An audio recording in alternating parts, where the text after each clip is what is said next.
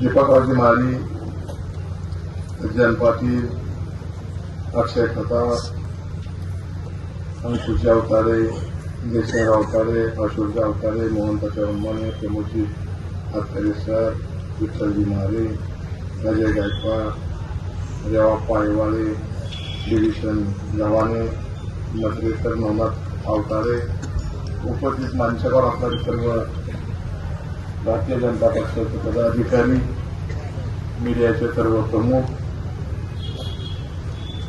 जादा संख्येने उपस्थित आमच्या भगिनी आणि बंधूंनो,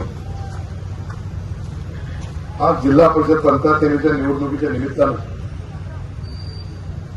मोहोळ तालुक्यातील सांगता समारंभाच्या निमित्ताने या ठिकाणी आम्ही कोणी आमच्या भगिनींना आपलं मत द्यावं, भारतीय जनता पक्षाच्या कमळाच्या क्षेत्रापुरतं बटन दाबावं आणि त्यांना आपण प्रचंड मताधिकाने विजय करण्यासाठी सहभागी व्हावं अशा प्रकारची विनंती करण्यासाठी आम्ही इथं आलेलो आहोत. अध्यक्षांचं भाषण झालं, खात्यांचं भाषण झालं, वानकर मालकांचं भाषण झालं, आमच्या भगिनींचं आमच्या मुलींचं भाषण केलं. मागच्या वेळेला या भागामध्ये तानाजी खताळानं प्रतिनिधित्व केलं. प्रतिनिधित्व करत असताना त्याने सांगितलं की शेवटच्या क्षणी सुद्धा त्यांच्याकडे जिल्हा परिषदेची फाईल होती, जिल्हा परिषद कामाचं काहीतरी कागदपत्र होते आणि आपल्यातून तेव्हा नेत्यानं आपल्याजवळ त्यांना ठेवलं नाही.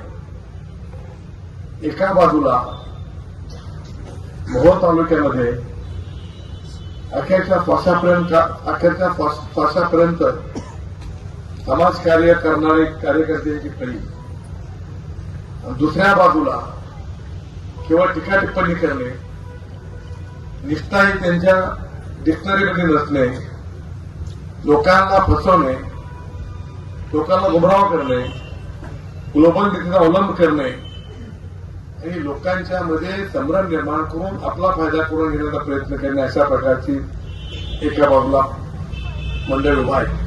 आपण ठरवायचं आहे कुणाच्या पाठीमागे. त्याचा उल्लेख केला की भारतीय जनता पक्षानं दिल्लीपासून ते गल्लीपर्यंत सगळ्यांची मनं जिंकण्याचं काम केलं आणि म्हणून आता दिल्लीचं सरकार 3 वेळा आलं, राज्याचं सरकार 2 वेळेला आलं. दिल्लीच्या सरकारनं जे दिल्ली सरकारच्या हातामध्ये जे मोठी प्रकल्प असतात ते करण्याचं काम केलं. आपल्या इथून जो आता मोठा हायवे गेलाय, 50 वर्षात 60 वर्षात ते झालं नाही. नागपूर ते रत्नागिरी अशा प्रकारचा मोठा